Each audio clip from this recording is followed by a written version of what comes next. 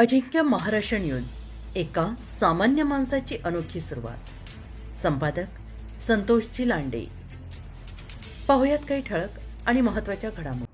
हिंगोली जिल्ह्यातील वसमत येथील कृषी उत्पन्न बाजार समिती ही राज्यातील पहिली ऑनलाईन बाजार समिती म्हणून ओळखली जाते आणि याच बाजार समितीत गेल्या 3 दिवसापासून शेतकऱ्यांच्या मालाला दर योग्य मिळत नाही म्हणून शेतकऱ्यांनी बाजार समितीत लिलाव बंद केले होते.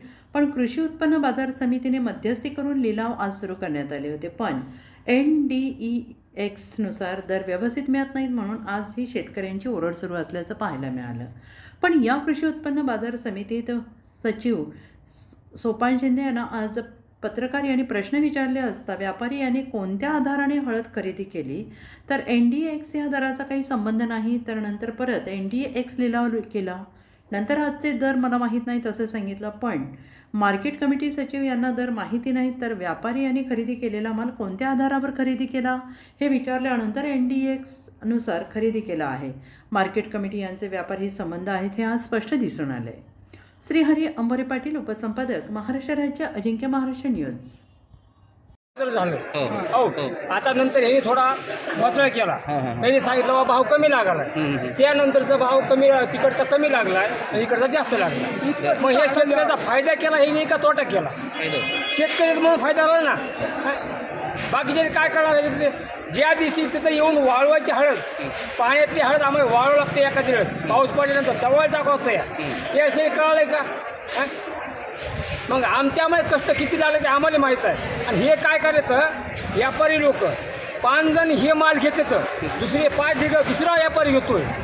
बघा तुम्ही, सारखे 5 ढिगं एका व्यापारी उचलायचं, नंतर जे 4 ढिगं दुसऱ्या व्यापारी उचलायचं. म्हणजे समजा शाळा ही काल शेतकऱ्याला मारणे शाळा ही. सर काल माझा 17,000 तिकडं बंडा गेला आणि आज इकडं 17,000. आज माझा मालच येऊ दिला नाही इकडं. यायला म्हणून मला घरून बोलले, मी पुंजाने उचलू लागलो, या म्हणले तुमचा माल यायले. आणि इथं मी भावाबद्दल थोडं बोललो की माझा माल तिकडंच गायब केला, यायला येऊ दिला नाही. बरं, हे बोलल्यानंतर का भाव चढतो या? हा मी बोलल्यावर भाव का भाव कमी झाला? 1300चं म्हणणं काय? ते 5-6 ढिगं जे आहेत ते दुमार आणखी भाव करायचं नाही. अच्छा, केलं तर समाधान आहे, नाही तर आमचं तळतळ लागणे शक्यता आहे शेतकऱ्याचा. आणि यायला अगोदर या संदर्भात तुम्ही कृषी उत्पन्न बाजार समितीला तक्रार देणार आहेत का? दिली होती लेखी. आज देणार आहेत? हा? आज देणार. आज आमच्यावर धमक्या देतात पोलीस स्टेशनच्या, हे करणं, तुमच्या हळदच नाही काय नाही. शेतकरी आहेत ते काल तक्रार देतील, यायला वेळच नाही ना तक्रार. त्या वर्षी समस्या मांडायला गेलो तर याच्या वडिलाच्या नावानं हळद पडलेली आहे. तर सभापती मोदी म्हणले तुझं नाव आहे का तुझ्या बापाचं आहे? म्हणजे एका घरामध्ये 2 तुकडे करण्याचं काम चालू आहे. हां, आणि जे 2-4 लाटा 17मध्ये घेतलेत, आता जे सकाळी चालू होतं तेच आता बी चालू आहे. शेतकऱ्याच्या मुंड्या मोडण्याचं काम चालू आहे वसमत मार्केटमध्ये. आता साहेब लोक तिथली शेंग 16,600 आहे, ती शेंग आणि इकडे शेंग सारखी आहे, तिचा भाव 16,600 आहे. आणि तिचा 17,000 कसा होतो? बघा तुम्ही, शेंग सारखी नसली फुकट शेंग देतो इकडे. एका कट्ट्याचं बीट होतं एका कट्ट्यावर पण याने अशी शाळा केली की सगळा माल आणा आणि इथं मग बीट करा. आणि बीट आपल्याला पसंत नसले तरी आपण शेतकरी माल वापस नेता येत नाही, भरण हमाली आपल्याला पुरत नाही म्हणून माणूस काही भाव त्याला देते म्हणून यायनं आज हे ढिगाचा आज खेळ रचला आहे. हे शेतकऱ्याचं फक्त मालावर राजकारण चाललंय. तुम्हाला असं म्हणायचं आहे का दबाव तंत्राचा वापर करून तुमचा कमी दराने माल खरेदी केला जात आहे? दबाव तंत्र नाही पण मुख्यानं मार द्यायला ना. दबाव तंत्र नाही पण मुख्याचा मार आहे ना. आता तुम्ही सभापतीचं नाव सांगत होता ना? नाही, सभापतीचं माझं बोलणं झालं नाही. भेटा गेलं तर बोलते नाही. मी चिठ्ठी दाखवणार होतो, महिन्याखालची चिठ्ठी दाखवणार होतो, पण ते बोलत येणार बोललो म्हणून या भावाचा यायचा 1,300 रुपयाचा फायदा झाला. 1,300 रुपयाचा बोललो म्हणून काय झाला मग? आजचा डबा काय? आजचा डबा 22,900. तरी पण 17,000 समाधान नाही शेतकरी. नाही आज जे माल जे विकलेला आहे त्यावेळेला तुम्ही समाधानी आहेत का? नाही, या सुद्धा भाव समाधान नाही. तुमच्या आडत्याला या संदर्भात माहिती विचारली का? विचारली.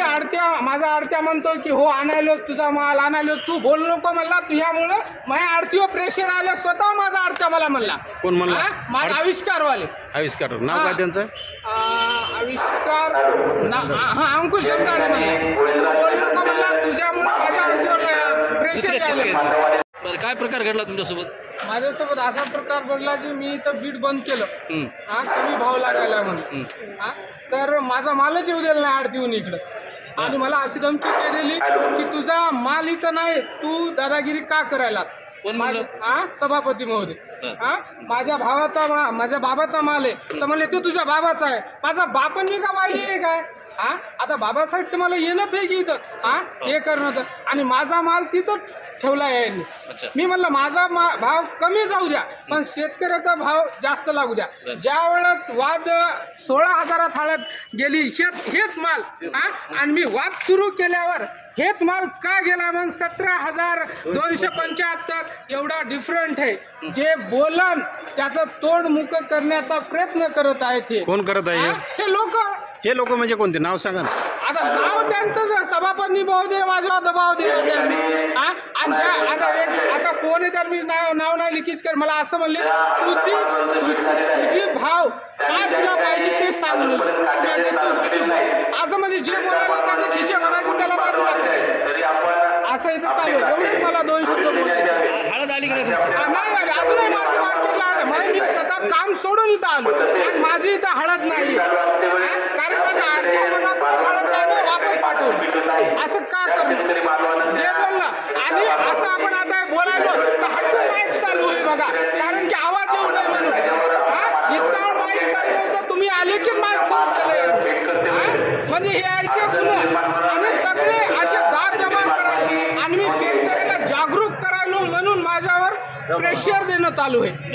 त्यांचे जे ओरी कॉन्ट्रॅक्ट होतात त्या पद्धतीने त्यांना म्हणजे घेवायला असतील त्यांच्याकडं पार्ट्याचे त्या पद्धतीने व्यवसाय करतात. त्याचे दर कोण ठरवते खरेदीदाराचे? काय हळदीला काही MSP वगैरे नसल्यामुळे त्यांना जे बाजारात डिमांड असेल त्या पद्धतीने ते बाजारातली डिमांड कशा पद्धतीने ठरवता?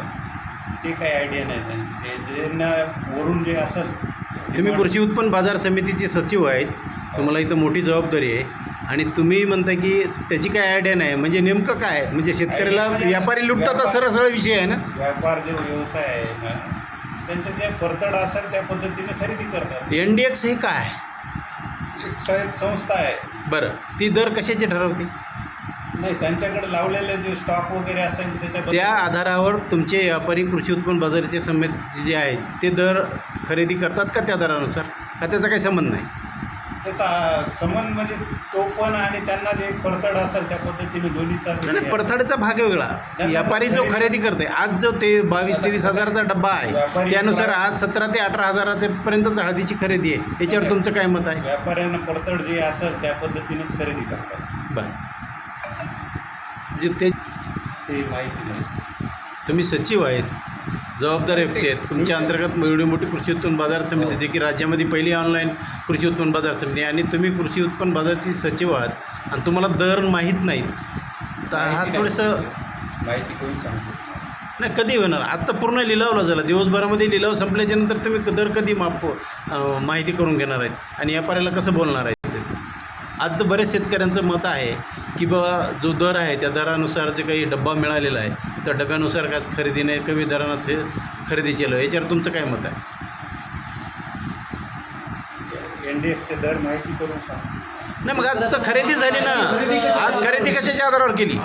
खरेदी सांगितलं तुम्हाला. कशाच्या आधारावर केली? काय सांगितली खरेदी? डिमांड सप्लायच्या आधारावर खरेदी करतात शेतकरी व्यापारी. म्हणजे तुम्हाला आजचा दर माहीत नाही. तुम्ही कृषी उत्पन्न बाजाराचे जे सचिव आहेत तुम्हाला आजचा दर माहीत नाही. समितीत जे झालेले आहेत ते दर तुम्हाला सांगितलेले आहेत. 19,000पर्यंत दर गेलेले आहेत बाजार समितीचे. शेतकऱ्याचं म्हणणं आहे की बाबा त्या दरानुसार खरेदी होत नाही. याच्यावर काय मत आहे? हवामध्ये तफावत शेतकऱ्यांना पण आज ह्याच्यामध्ये सांगितलं की बाबा